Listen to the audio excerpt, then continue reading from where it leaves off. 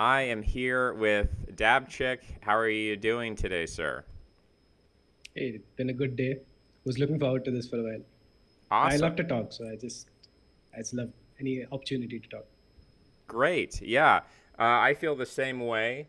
I feel uh, that you have to be a good um, writer. You have to listen to you have to constantly sort of be bombarded by countervailing forces, and the only way you get that is by opening yourself up to that. So um, I'm excited to see where we go with this.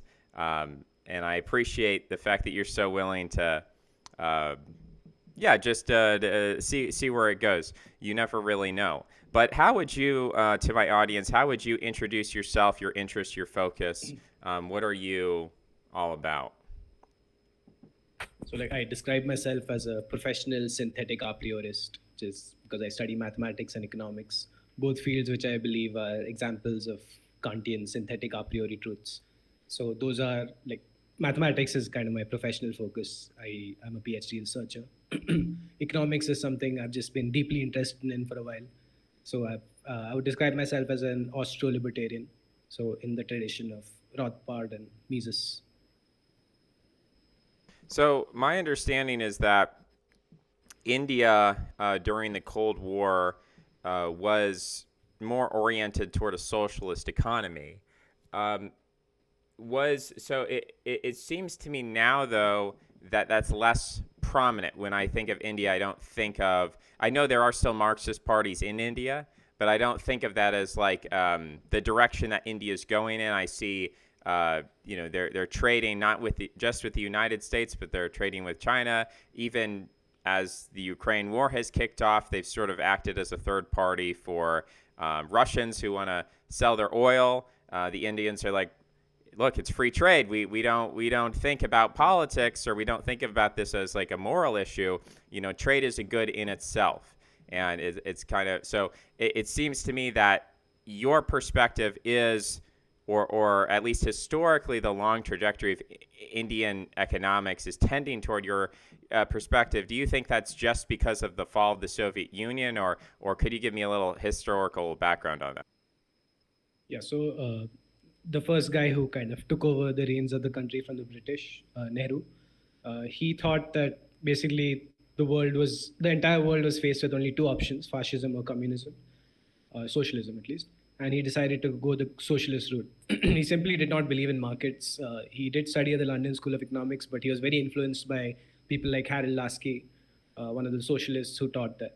So, although India has been on a socialist trajectory since the 50s, it has always been what's known as non-aligned. Like India was one of the countries in the bloc, which is known as non-aligned bloc during World War II, during the Cold War. Although like internally they were very socialist, but just in terms of geopolitics, there's always been a tradition of distancing ourselves away from these global conflicts. So I think the Ukraine-Russia thing is just the latest in that tradition. Uh, One thing is in Indian foreign policy, even from a libertarian perspective, like the Rothbardian perspective, Indian foreign policy has been actually quite good for a government because India has never like started any wars, and even in 1970, forget the exact year, but when Bangladesh split up from Pakistan, the Indian army did go into Bangladesh to because like they were being slaughtered, but I think yeah, Rothbard mentions this even in Ethics of Liberty or For a New Liberty that they did not they did not excuse civilian casualties as collateral damage. And so on the geopolitical front, India has been like quite a good guy, so to speak, even though internally the socialist policies have really held the country back from what its potential could be. Yeah, I mean that seems like, and I'm sure that it's true. War is bad everywhere, so it's not that war is especially bad in India. But when you say that, I mean, I'm thinking right now what's going on with Israel and Gaza, where Gaza is extremely densely populated, and if you want to use any kind, I mean, other than basically, and even guys with guns, right? There's always imprecisions, but if you want to do any sort of bombing, Like there, I think we have this myth of precision bombing, or we would like huge chaotic explosions to only kill certain people and not civilians. But I mean that's very Yeah, very people think difficult to do. drones and they think precision, but that's not really true. Yeah, I mean, there are in Russia, Ukraine, they have been using these very small, lightweight drones that are armed with like a single grenade, and then they fly the drone like directly into the target, like a human target. So you could say that's um, precise in a way, but that only really works in an open battlefield if we're Yeah. talking about urban warfare, because a lot of these videos, I mean, compared to Gaza, or as we're talking about the Indian example and the Bangladesh Pakistan split, Bangladesh extremely populated, extremely urbanized. However, one of the things I was looking at recently that I wanted to maybe see if we can connect this back to economics and politics and get your opinion on this, because a lot of libertarians I talk to are they're not necessarily in favor of restricting reproductive rights, because on social issues they tend to say, hey, it's liberty, it's your body, your choice, sort of thing.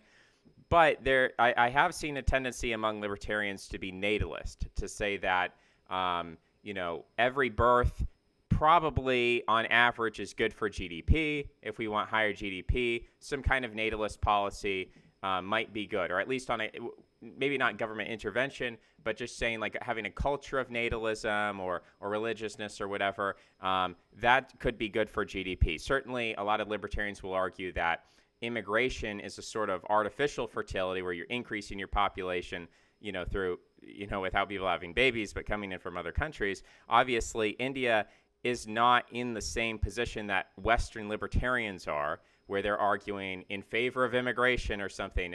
And a lot of people would say, it's like, they're probably, I mean, maybe they are, you'll have to explain, but it's harder for me to imagine, libertarian Indians saying, we got to get up the birth rate for the GDP because you guys already have above replacement fertility. And so one of the things I looked at, to be very specific with data here, one of the things I was looking at was this graph of population density and urbanism. And I had always kind of thought these were synonymous things, pretty much equivalent, but they're actually not. So, for example, Russia is an extremely urbanized country, meaning that the vast majority of people live in cities, but it is not a very dense country because those cities are very far apart and there's not a lot of them compared to the landmass of Russia. And the same is true for Canada, Argentina, Australia. These are high urbanization but low density countries, which from like an urban planning perspective is pretty advantageous. Whereas you look at a country like Bangladesh, and there's several others like this, the Philippines, where they actually have much lower urban density, but they have higher overall density. So people are dense, but they're densely living, like every single square mile of the country has a village. Every single square mile of the country has, this rural housing. But it doesn't have the infrastructure and the efficiency of a city. When you're able to concentrate people in a small area, I believe there are some economic effects to be derived from that in terms of lower transportation costs, and just if you want to start a business, having a lot of very smart people around each other is advantageous. So having a high population density within a city means that you can more easily find smart people, you can employ people. So there's all sorts of advantages to concentrating people in cities and decreasing ruralism.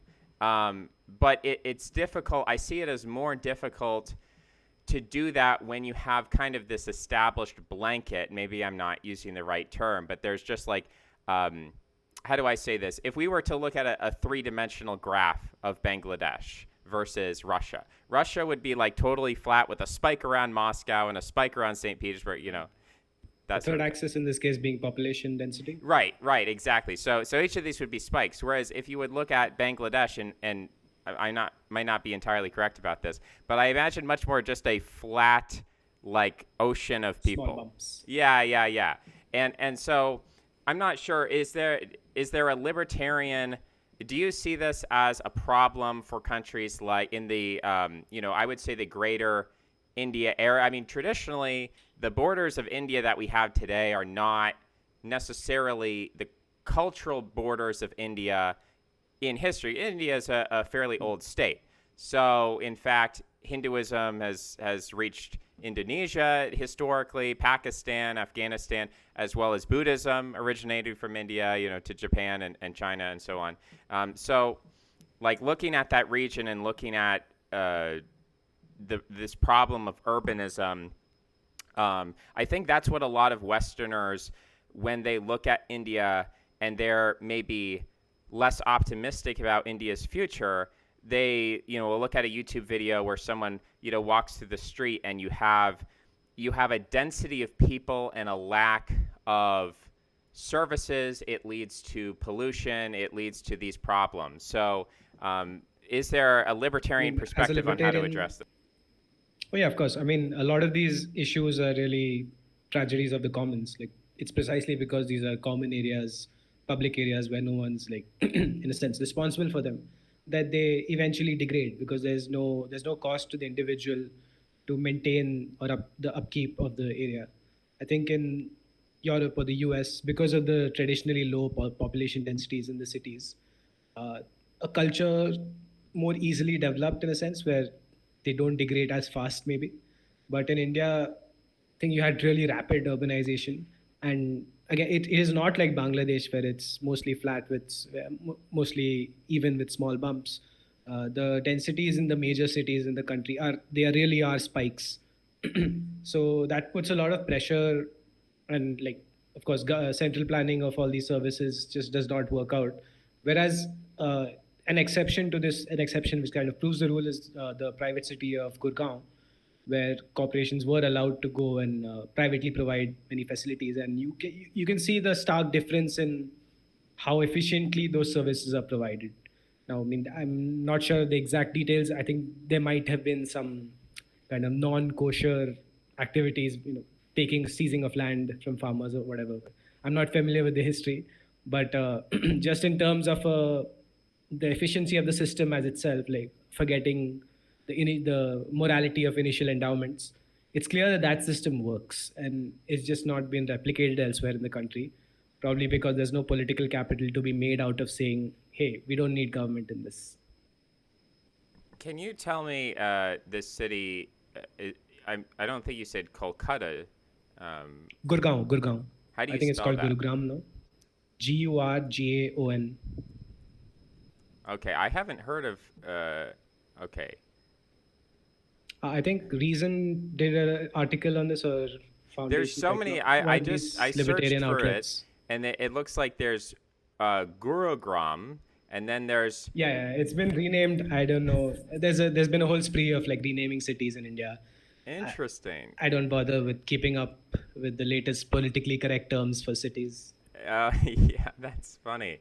Um, Okay, so yeah, it's interesting. I'm just looking up here. It's the second largest information technology hub, the third largest financial and banking hub.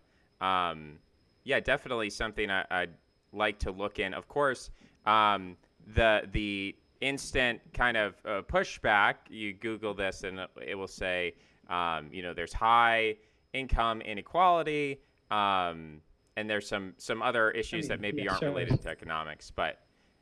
I want to talk to you a little bit, and again, feel free to jump in wherever, but I wanted to talk to you a little bit about the problem of pollution specifically. You say that it is a tragedy of the commons. So, with air pollution, I know China has struggled with that, and they've implemented some reforms, especially with electric cars, because for people who are living in cities, although I don't think automobile emissions are actually like the worst thing in the world relative to all the other things we I do, agree.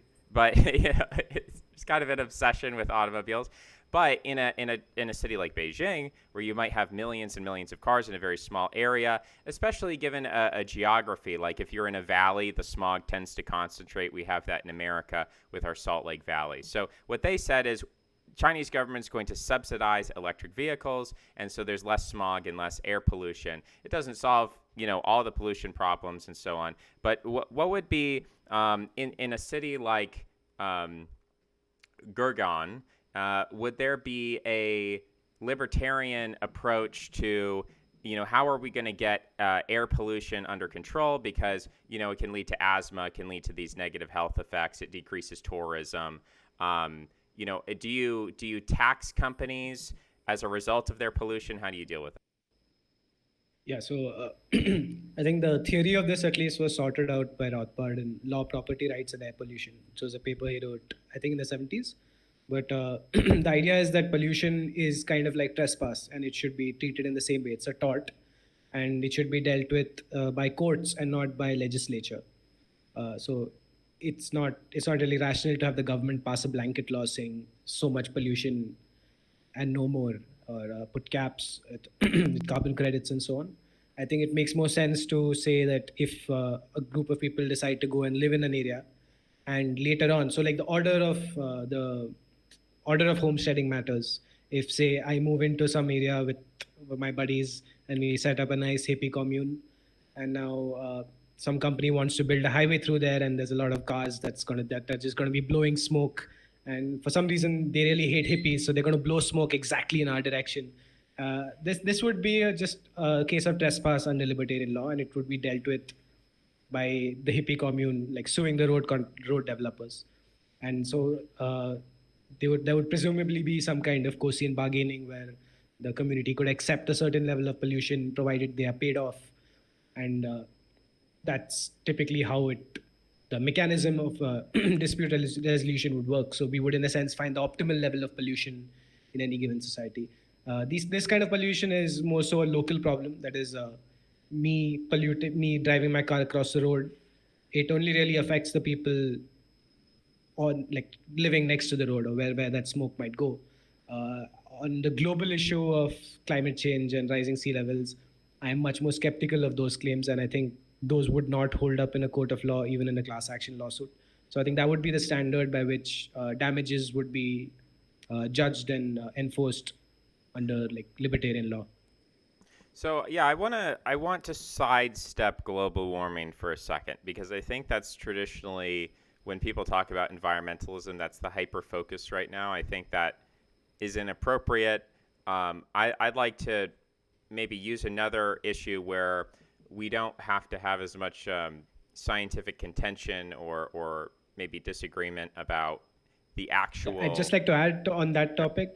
I think it's good that we're sidestepping global warming, because a lot of the times when people bring up the negative effects of pollution, uh, in an abstract sense, they start to think about global warming. But when there are specific complaints, it's always local issues like this lake got polluted and now it stinks, or I'm getting asthma because of the pollution from the factory down the road. It's always a local problem, and so it can be much more easily sorted out if you just think through the logic of it.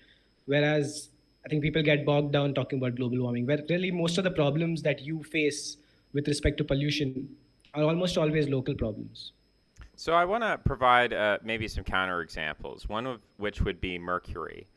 So uh, factories, industrial processes produce mercury. We've been producing mercury for over 100 years in various processes, 200 years, but the process has become so intense and mercury is so harmful to human health that there's basically no area of the global ocean, Indian, Pacific, Atlantic, where you can find fish that don't, and it's different for different species of fish, of course. But if I want to eat swordfish, that swordfish is going to have an intolerable level of mercury. And if you could say, well, just don't eat swordfish, of course. But that would be an example to me of a global pollutant because the ocean doesn't care who puts the mercury in the ocean. Everybody's got to deal with that. Another example would be the ozone layer. Now, the ozone layer is interesting because the holes are somewhat local, but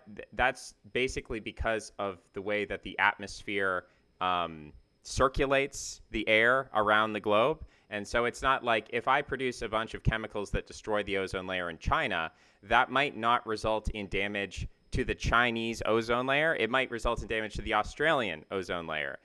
So that's an instance where countries, because of their industrial policy, their pollution, can affect other countries thousands of miles away. So yeah, that's how I would try to sidestep the issue of global warming and say that I think these are problems that are large in scope. I think that maybe a response that you could have is they're not very intense. So like, okay, just don't eat seafood if you want to avoid mercury. Or No, I would not say that. That would not, like, I would be banned from the Church of Rothbard if I said that. Because all damages are suable, are like, you can get restitution for the damages. So if you could trace exactly who's causing this problem with ozone layer, or if you could trace who's causing the swordfish to have mercury, for instance, they would be like subject to punishment. Like, this is like kind of an ideal world where we're just passing judgment from our armchair. In practice, it may be more difficult to actually establish proofs of these claims, or even to actually enforce the damages that are sought. But yeah, in the ideal scenario, everyone responsible, say the total amount of mercury put into the ocean is X, and someone has like Y% of that contribution, they would be liable for Y% of the damages. And similarly for restitution, whatever damage you get, like a pro rata share of the damages from the people from whom it's collected, and on a pro rata share based on how much they contribute to the effect. So yeah, I think in practice, the reason I mentioned local was that in practice, like when I found people complaining about pollution and these issues, it always is a local issue. And this is the first time actually I'm hearing like concrete like long range effects, which is very interesting. But they could be dealt with in a similar way, assuming ideal conditions, spherical cows, etc. what is difficult for me is, so I've talked to socialists and communists who have no problem using the state to like fight pollution in theory. And yet there doesn't, I'm frustrated and I'm cynical about the ability of the left to effectively combat pollution, because there is this popular hyper obsession, which honestly, and I think you might be sympathetic to this, but I think that we have a green energy industry that is just as deceptive and propagandistic as people say the oil and gas industry is. And that oil and gas industry will say, oh, it's clean coal and everything's good and there's no pollution and don't worry about it.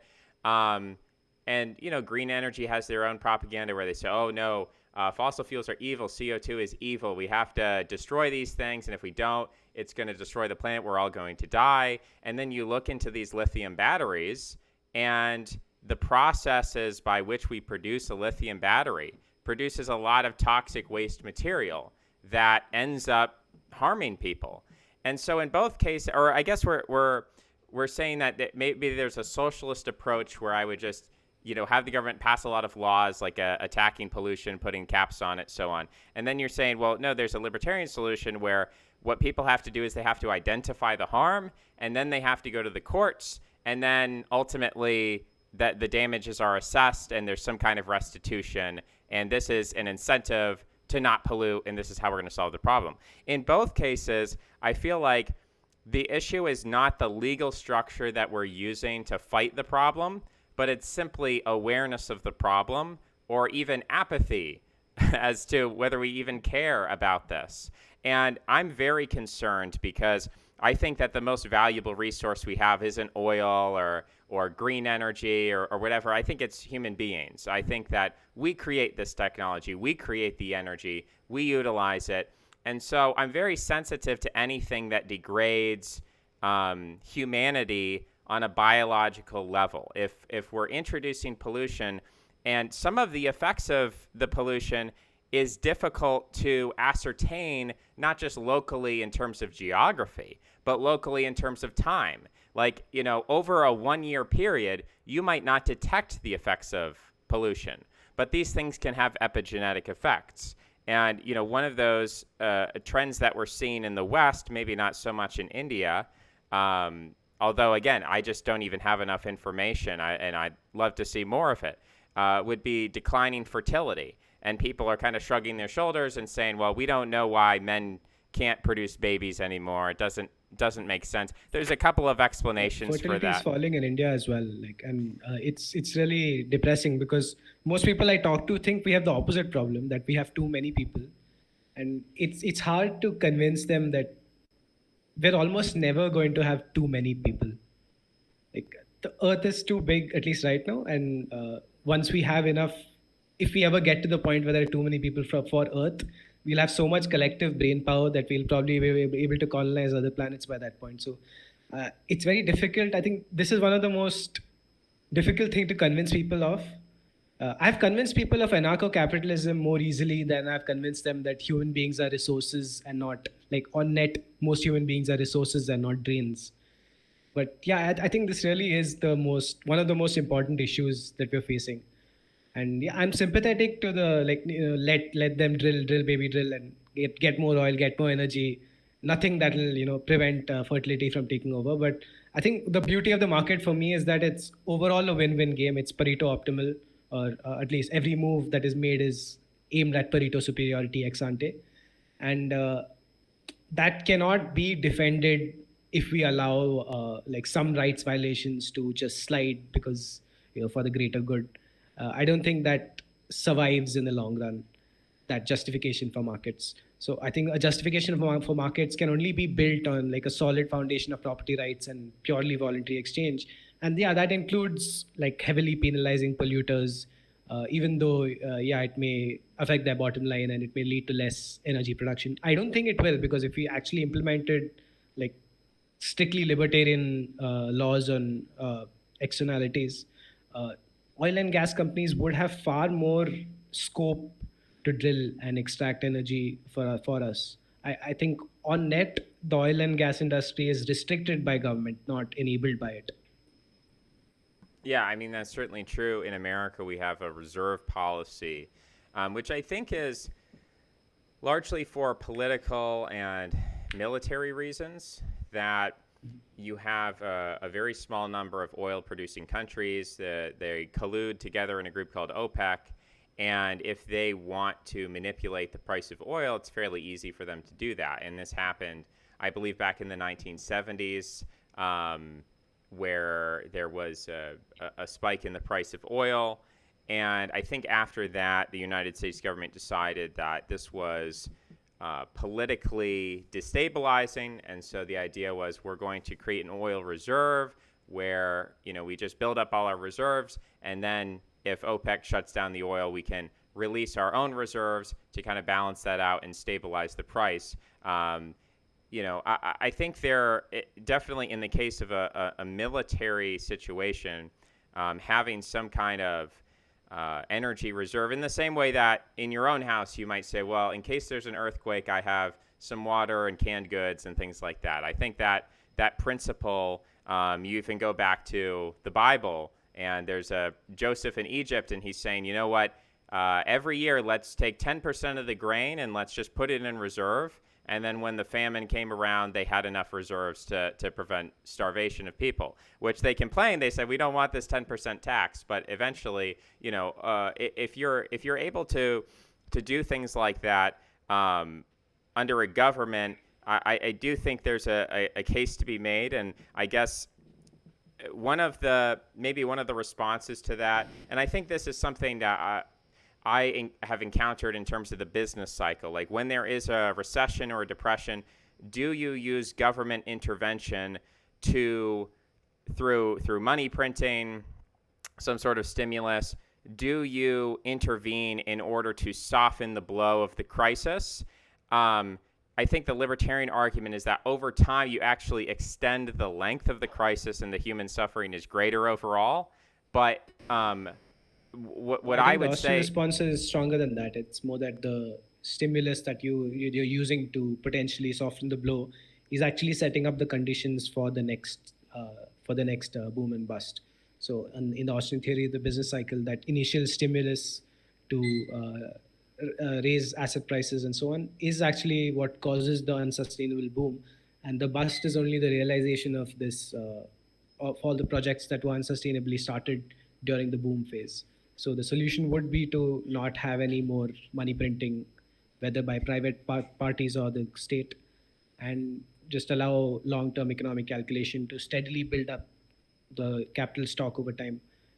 Regarding the earlier point, actually, I'm not sure to what extent the OPEC supply restriction was the cause of the spiked prices, because how much can they stockpile? Like, a lot of oil is produced every year.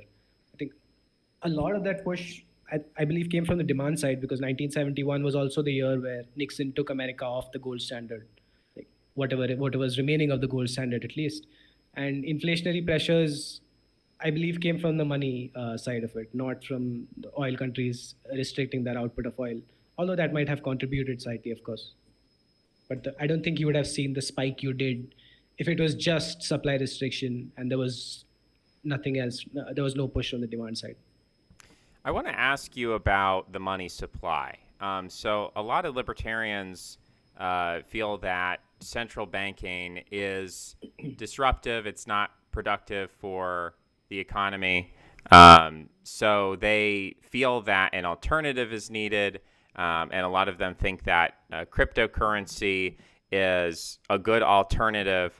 How like situate yourself within kind of the spectrum of people who think that, on the other hand, that crypto is ultimately held up by the permission of governments. I mean, it's held up by the internet infrastructure.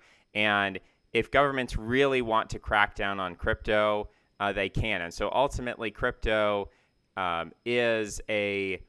it only exists to the extent that governments tolerate it. And we're seeing this question within the 2024 political debate in America of, what will the future of regulation for crypto look like? And that's a huge question mark. Like, and that impacts crypto markets all around the world. So, if America passes regulations, that's going to affect, what's going on in India. So I want to ask you kind of, how hopeful versus cynical are you about the future of crypto, or are you kind of like an orthodox Rothbardian, like gold is good, like, keep it simple, just do some rocks, or give me your take. I am an orthodox Rothbardian, but I'm a modern orthodox Rothbardian. So when I meet a crypto skeptic, I often enthusiastically agree with them, because I do think most of crypto is just arbitraging on a trend. But I think Bitcoin does have the potential for like displacing the US federal system, because for one thing, it's not completely reliant on internet infrastructure. You can, as long as you have a way of transmitting the signed transactions, it could be even ham radio or some primitive tool, and you have computers at your disposal that can do the computation and check all the signatures are aligned. uh, Bitcoin still works. Yeah, it may be very hobbled. It may not be very nice to use at that point, but it can't be killed that easily. So I do think Bitcoin at least is resilient, though the broader crypto industry, I'm very skeptical if there's any use case for the blockchain technology outside of having digital money. Like the blockchain solves the double spending problem without requiring you to trust a third party, and that's it. There's no, I don't see any further uses of that. I mean, I'm open to the possibility. I'm not as close to it as maybe some Bitcoin maximalists are, but I just haven't seen it yet. Yeah, I think that for me, we're almost repeating a theme here, which is that we have this tool, and theoretically, this tool has the power to solve the problems that exist, but people are kind of lazy, people are apathetic, people are uninformed, and so like, yes, we could use Bitcoin with ham radio, but my perception of how currencies are used. So I would go back to Bretton Woods. I would say that, how did the American dollar become the global currency in the first place? It's not because it's not because of any single factor. Like Switzerland is a big country for banking because traditionally it's a very mountainous country. There's not, even World War II, World War I didn't affect the country, or there was no direct invasion. So it's a pretty safe place to put your money historically. Or, the Cayman Islands, or like these kind of esoteric, weird places. But America has the advantage of not having been invaded in like 200 years, but also the fact that it has a lot of soft power, it has a lot of hard power, it has a lot of influence. And when it won World War II, it was able to integrate through, essentially a carrot and stick, whether it's Britain or Germany or France, to say, we want to have this trade agreement with you. We want to do a military alliance with NATO. America was big in setting up the European Union, which started as an economic union. So all of that contributed to the situation now where the United States dollar is on top.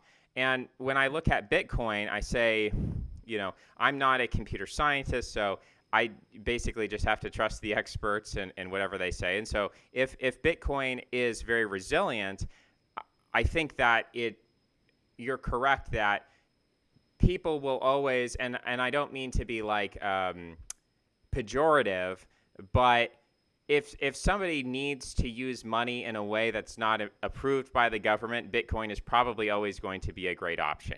In the same way that if you want to do something without, people seeing your face, you wear a mask. That's kind of how I see Bitcoin. It's a way to provide privacy for financial transactions, whether that's good or bad. And I don't think that's going to go away. But in terms of displacing the United States dollar, I'm not sure if those same political forces, military forces, all the things that led to the rise of the United States dollar, I don't know if those are in place, because there's a lot of coercion in geopolitics. Like people were arguing, and we could dispute this, but there was an argument put out that the reason why we invaded Iraq was because Saddam wanted to get off the dollar. The reason why we took out Gaddafi is because Gaddafi wanted to get off the dollar. So I don't see some kind of a Bitcoin mafia going around the world and and like enforcing the hegemony of Bitcoin. It might be, and this is a consistent critique I have of libertarianism, is that I think libertarianism consistently comes up with systems which are more efficient than whatever the government's providing.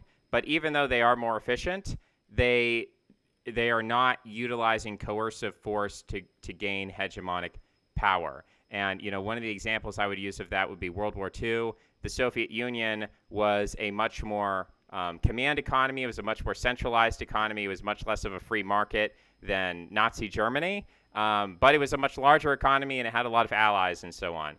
So you could make the argument that the German army was more efficient. I think both Nazi Germany and Soviet Russia were very centrally planned. So I don't think that's a sharp distinction. I think a better distinction would be Nazi Germany and the United States. So through the Lend-Lease program, the United States was able to marshal a lot of resources from the private sector, resources that were there because America had a market price system and privately owned means of production. And they were able to just outproduce the Germans and win the war. The reason the Soviet Union was able to go as far as they did was largely due to the Lend-Lease program from the United States. So I think the market price system does a great job even at war. So the distinction between Nazi Germany and the Soviet Union is not as great as the distinction between Nazi Germany and, say, the United States. And there, I think the market system really shows its might. Yeah, I guess I will try to be charitable here and not. I mean, that's a huge topic. I guess the reason I was trying to use that metaphor wasn't to say necessarily that Nazi Germany was the most free market country in the world or something, but rather to say that there's a case to be, putting aside World War II, for example, we can imagine a small libertarian state, which is extremely efficient, extremely wealthy, extremely technological. But then you have a neighboring state, which is centrally planned, inefficient, poor.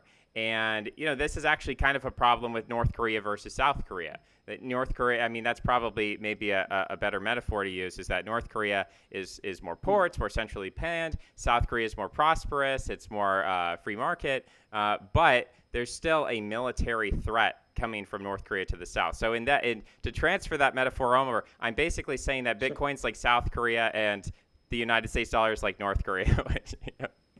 I mean, What South do you Korea think is of that? doing pretty good.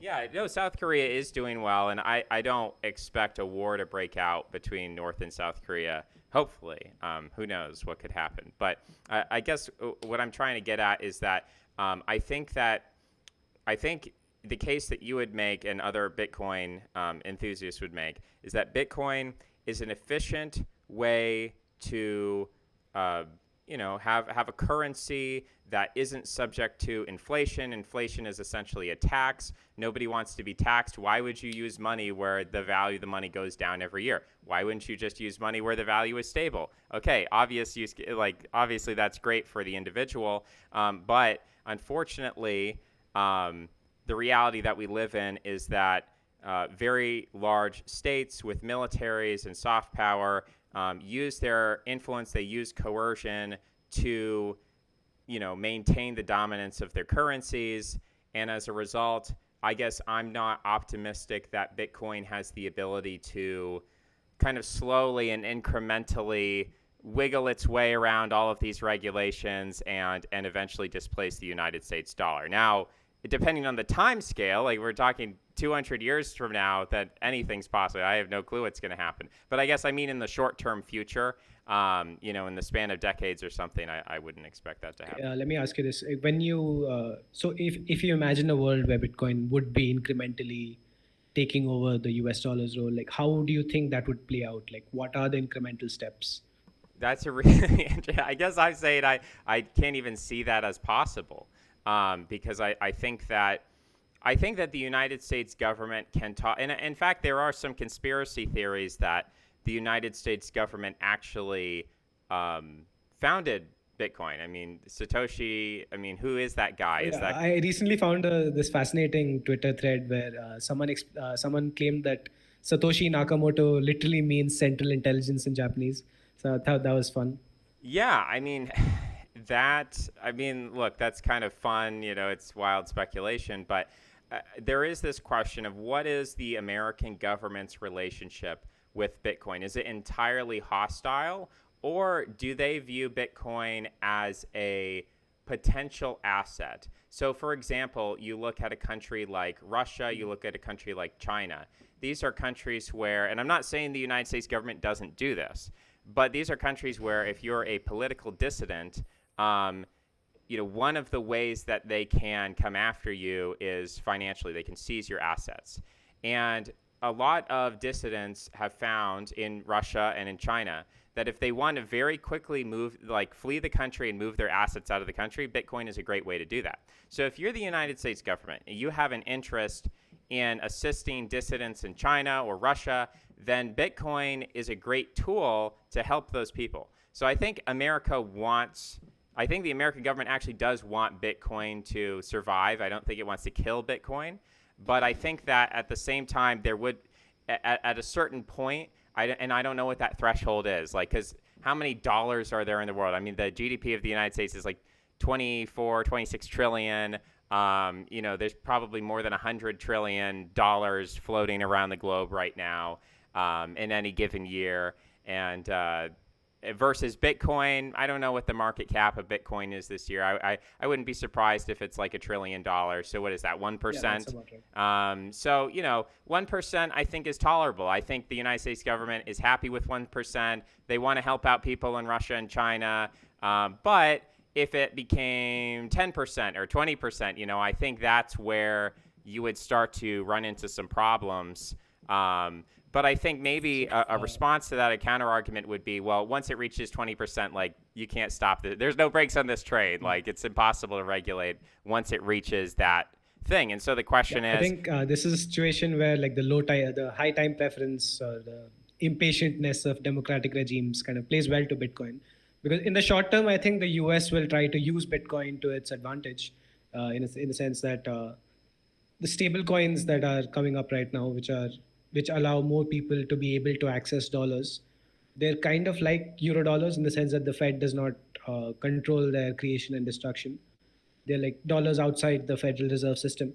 And there is an argument, or you could say conspiracy theory, around the fact that the US wants to use Bitcoin as like kind of the replacement for oil in the 21st century.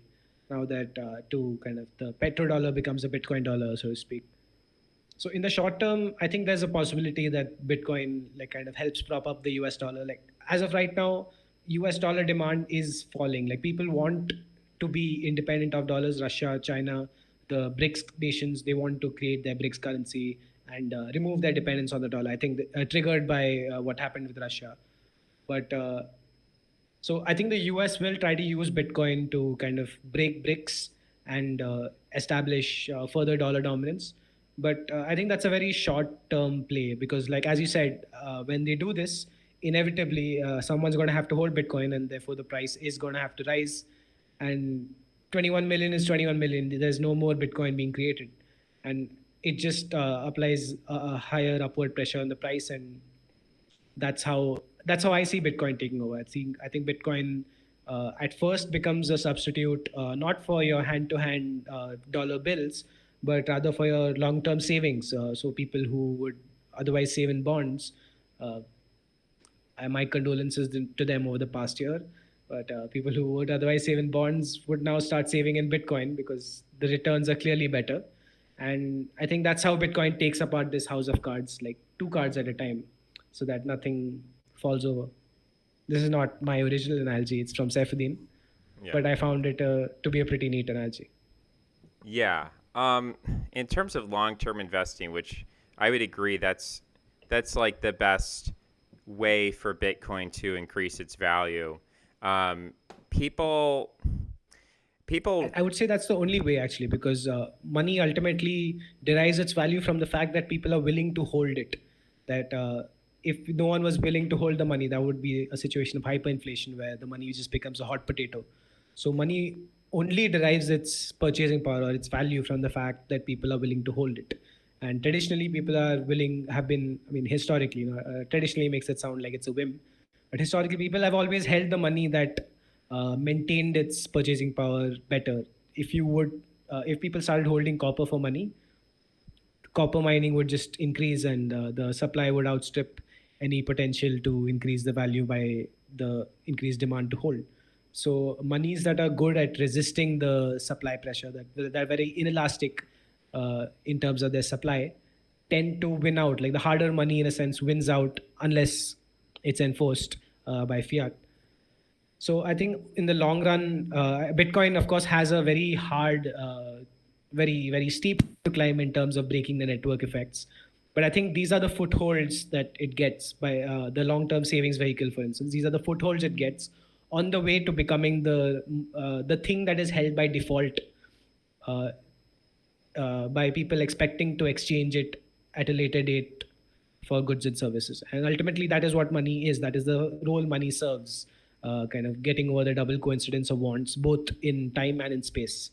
So I think the only kind of route for Bitcoin to wiggle its way into uh, the collective intelligence of humanity, so to speak, is as first as a vehicle for long-term savings, which also makes sense because if you were to suddenly shift, if say the government woke up tomorrow and they were all Bitcoiners and they decided that everyone's going to have to use Bitcoin from today, it would be a disaster. Like any other government enforced program, it would be disastrous because now you suddenly have to switch over, and the switching costs would far outweigh the efficiency gains you get from using a good money. So I think the transition process is being priced in kind of as rationally as it can be, where people are willing to save. That is, they're willing to kind of put their labor into the collective capital stock of humanity to help tide over the transition from a sinking ship currency that is the US dollar to Bitcoin. So naturally, the process will take time, and yeah, I think this is the only way it can kind of progress, and it has to progress incrementally. And these are the increments, in my opinion, the greater portion of people's assets that Bitcoin takes up. So maybe as we're ending the hour here, I want to touch a little bit on geopolitics and that comment of the sinking ship of the United States dollar. I would agree that there's a threat, but I would see it more. I don't think that the United States dollar has hit the iceberg and it's currently sinking. I think that it's headed toward an iceberg and somebody needs to start steering it in a different direction. And when I think there is a tendency within American politics, I guess, on different sides of the political spectrum. On the one hand, to say that the best future for America, prosperous America, is to disengage, to stop interfering in Russia or China. And I think libertarians are sympathetic to this of, don't go to war with other countries and trade with other countries. And that's, you could make the case that that is historically how America became prosperous in the first place, and it should just keep doing that, and that's the best way going forward. There's, of course, another idea that America didn't become prosperous because it was libertarian. America started as a very small sliver of a continent, and then because it was expansive and imperialistic and intervened and, kind of conquered the continent, that's where the real wealth and prosperity of America comes from. And therefore, if we want to continue to that in the future, we're going to have to continue to expand NATO and things like that. Now, like being an Indian libertarian, and I don't know what your perspective on the British Empire is. I've heard some different Indian perspectives on that. But hearing about an expansive colonial American project might not be your cup of tea. But I guess I lean more toward the side of I think that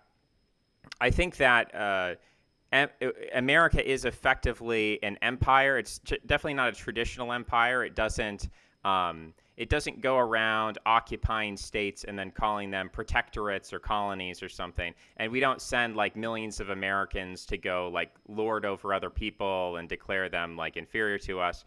So it's a form of neocolonialism. But I think historically, empires that stop expanding tend to decline very rapidly. I think the Roman Empire is evidence of that, but also the Dutch Empire, also the Spanish and Portuguese empires. There seems to be like a radical or very quick turnaround when you stop expanding. You sort of decline very quickly. I mean, the British Empire is also an example of this. So I don't think America is the exception to that trend. And so,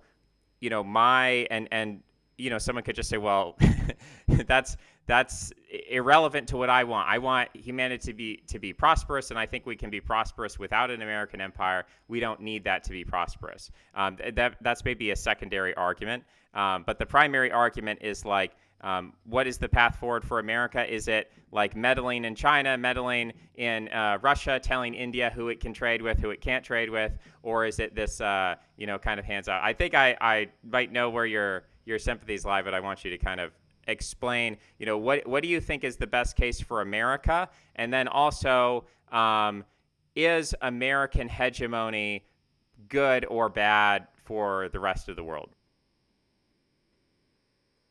Yeah. So, I like my sympathies are no surprise. I would say the American empire should retreat, and if it collapses, then so be it. But I don't think America's prosperity is tied to its empire building. I think the empire building is kind of a drain on its prosperity. Uh, actually, Schumpeter had a similar analysis of all imperial powers. That the imperial powers are not the imperial power, so to speak, is not the cause of the prosperity, but rather it is caused by the prosperity in the following sense that once you have enough economic power, once you have a well developed capital stock to draw from, you can afford to go on these extravagant imperial adventures, whereas a poor country cannot afford to expend all the resources on imperial conquest when it still has to feed its own people. So it's more of a overgrowth of capitalism, I would say, rather than base. So I think a retreat of the American empire could be good for the American people. Maybe not in the short term if the dollar falls in its dominance and loses relative to other currencies. I think that would probably pinch some pockets. But in the long run, I think it would lead to a more healthy, peaceful, and prosperous world than an American empire, which is constantly overextending. So a quick follow up to that, and then I want to give you the last word. Is in a world, maybe I shouldn't say without America, because we're not saying that America will sink under the ocean. We're just saying that if they retreat from NATO, if they stop building military bases overseas, all those activities, um, the Russian through Alexander Dugin description of what that world would look like is a multipolar world. Is that you have these different civilizations like China, India, Russia, Europe, Africa, South America, so on, and they're all going to have a high degree of independence from one another because unlike America, they're not going to have one argument you could make is that they're just too poor. Like the Chinese GDP per capita is 12,000 per year, so they're actually just not rich enough to do imperialism properly. And so as a result, not because they're all moral people, or they're very nice, but just because they're relatively poor, they're not going to be able to interfere with each other. And so each civilization will just kind of manage its own region internally, social policy, religion, culture, whatever, and then they'll have some form of economic cooperation and trade. I don't think Alexander Dugin is a libertarian. I mean, maybe he is. He's gone through a lot of different phases. He was a Satanist with Aleister Crowley. Now he's an Orthodox Christian. So he's made a number of transitions. I don't know where he is today. But yeah, I guess I'm skeptical of that. And the reason why is because I think that, and we didn't really get into like the culture of property rights, like why did property rights develop so prominently in Northwestern Europe as opposed to other parts of the world. But I think putting like that big cultural question aside, I think that international trade has a structural material component that you actually need navies which can transfer and move goods around the world.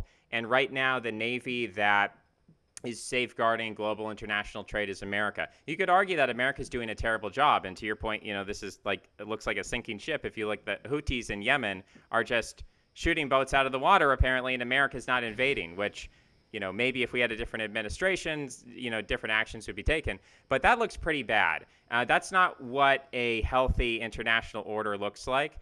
For a while before America, it was the British who sailed around the oceans, and they set up all these, Hong Kong, Singapore. They set up these little port cities, and they prevented piracy. One of the first wars that America ever fought after gaining its independence was against pirates, the Barbary Pirates War. That's actually where we came up with our branch of the military, the United States Marines. And one of their songs is, from the shores of Tripoli, which refers to the Barbary pirate wars. So piracy is a huge problem. It kind of sounds like a silly idea now because the oceans are relatively safe. Like historically, the Romans and the Greeks, they were engaged in piracy. They were fighting pirates. That's a huge, it's essentially a giant tariff because whenever you go out, there's like a 10% chance your stuff is going to get stolen. That inflates the prices of everything. So I think having a global navy, which patrols, and also, our airliner infrastructure, making sure there's no terrorists hijacking planes, things like that, airport security, like having global safeguarding and insurance for trade on a physical material level, I think is important. And I think it's very hard to coordinate that if you don't have some kind of central system. Now, you could say, well, the United Nations could do that. We could have like a United Nations Navy, and the United Nations Navy patrols the seas and whatever. But it's hard to solve that problem on a local level. I think that would make the problem worse. I think the problem is precisely the centralization, which kind of socializes costs in a sense and prevents rational economic calculation. Like a ship traveling from Norway to Sweden, I'm not very good at geography, some safe stretch of ocean will not require the same level of protection as something that's like passing by a den of pirates. I think socializing the cost of such adventures does not make any sense. I think companies should be made to pay the full cost of whatever protective services they require. And I think I think it's a general fallacy that just because every company requires some protection or some protective agency to safeguard its shipping lines does not mean that some protective agency should protect all companies. There could be multiple protective agencies and they could service different areas. They could have different specialties. They could have different pricings maybe. But I don't think there needs to be a global solution to piracy. I think it's, again, I would say it's a local problem, not necessarily local now in the sense of geography, but local in the sense that the shipping company should bear the costs, all the costs associated with transport, whether it be fuel, whether it be just making sure stuff is accounted for at both ends of the journey, or whether it be pirates. I think all costs should be borne by the company engaging in them. Yeah, I guess I'm gonna try to, because I'm tight here, but I want to try to make this as a last point is that um, I think we're talking about a problem of policing, and Yeah. I think that the approach to the approach to policing, which for instance in America, we have parts of America that are relatively safe, parts of America that are relatively dangerous. Um, and this is already a problem. We haven't solved crime in America or anything like that. But theoretically, if we have a thing called the FBI, which people think of as like a scary, like they're doing mind control experiments or something. But actually, like the day-to-day operations of the FBI is they are the federal police, because every state has its own policing system, but the federal police deals with criminal organizations which are maybe too big, too complicated. They cross state lines. And so, like, local state authorities aren't very efficient at dealing with them. And I think if you abolish the FBI, which some people, Republican Party, have suggested that, and maybe that's like a libertarian-friendly talking point. But Oh, absolutely is. yeah.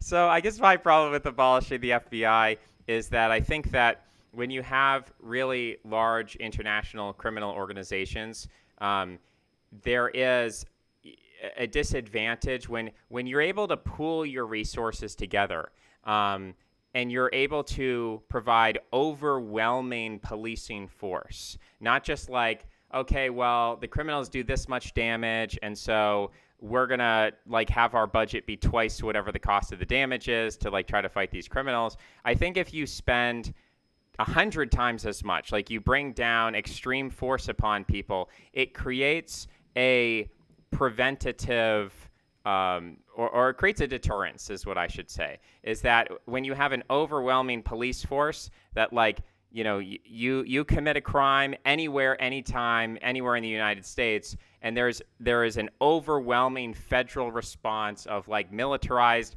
SWAT teams and tanks, knocking at your door. I think there's a deterrence factor that over time actually has a net benefit. Like, obviously, in the individual instance, there's a lot of money being spent, like $1 million to do like one of these crazy SWAT raids.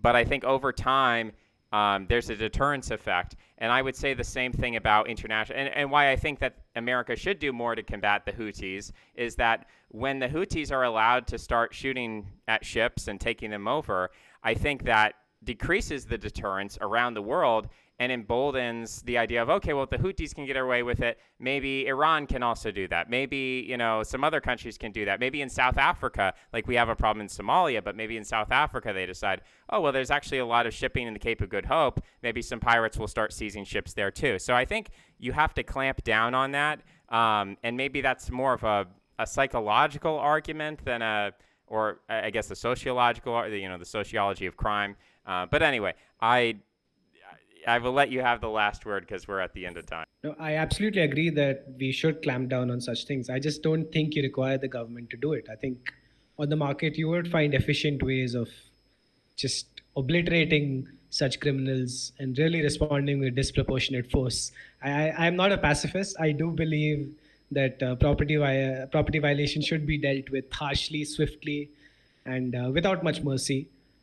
But I just don't think you require the government to do it. I think it would be much more efficient to wipe out the Houthis if private agencies were allowed to do it themselves. I think a lot of the costs are also, not monetary costs, of course, but a lot of the costs that people consider before taking such actions would be, if someone went and did that, governments wouldn't leave them alone. They would go after them because this is not your jurisdiction and so on. So it's not just that private sector private sector vigilantes aren't allowed to go and wipe out the Houthis.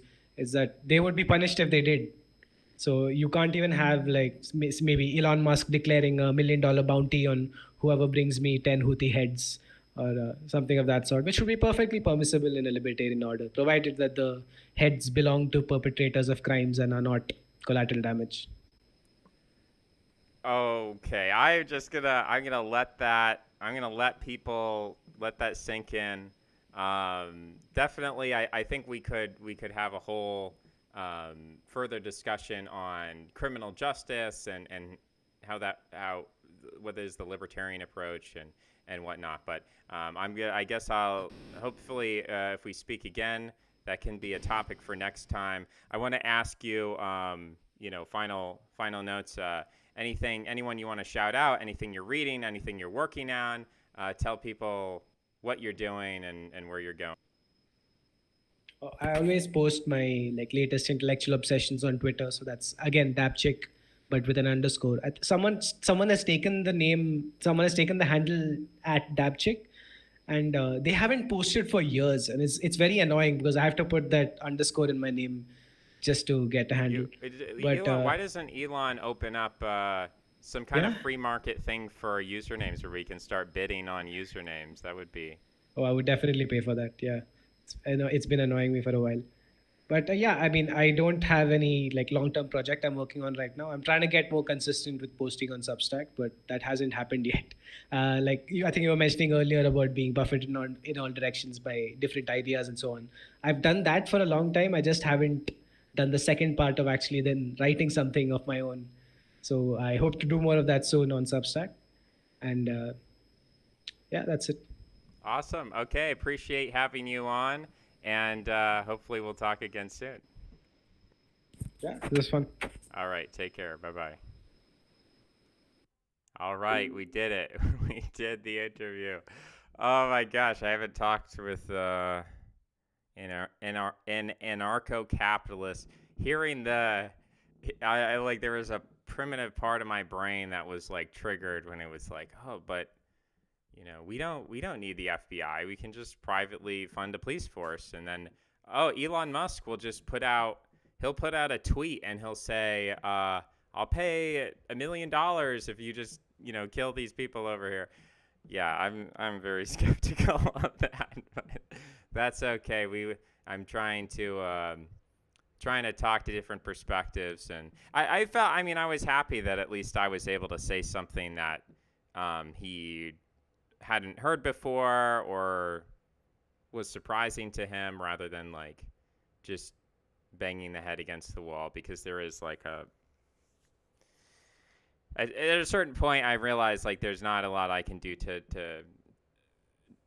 if there's a doctrine that's really fully fleshed out and you've read 6 books and thousands of pages that you fully believe in something, it's an hour-long conversation isn't going to change all of that. But that's not my intention. I just want to bring out other people's perspectives and maybe share my own perspective and let people get exposed to that and kind of widen our horizons and learn from that. So hopefully you guys got something out of it. If you did, I strongly suggest you like this post, because it gets it more visibility, and then more people come in and they restack the post, and that's even more visibility. And then we're liking, we're resetting, and then people are commenting, and it's exponential growth. It's like Bitcoin.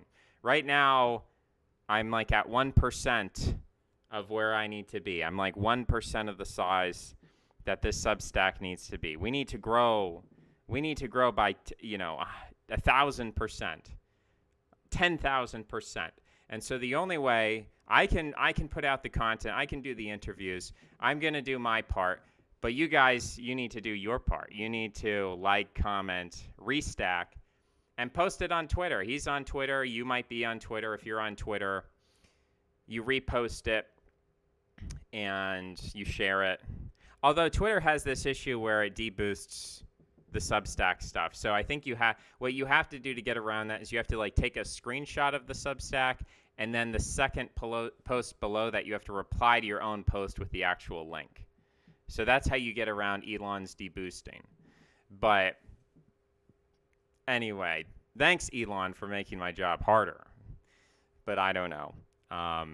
That's all, guys. I have to run. I'm on a tight schedule here. But I wanted to remind you to support, if you can't do so financially, support and in a non-financial way. And I really appreciate it. Thank you guys. Take care. Bye bye.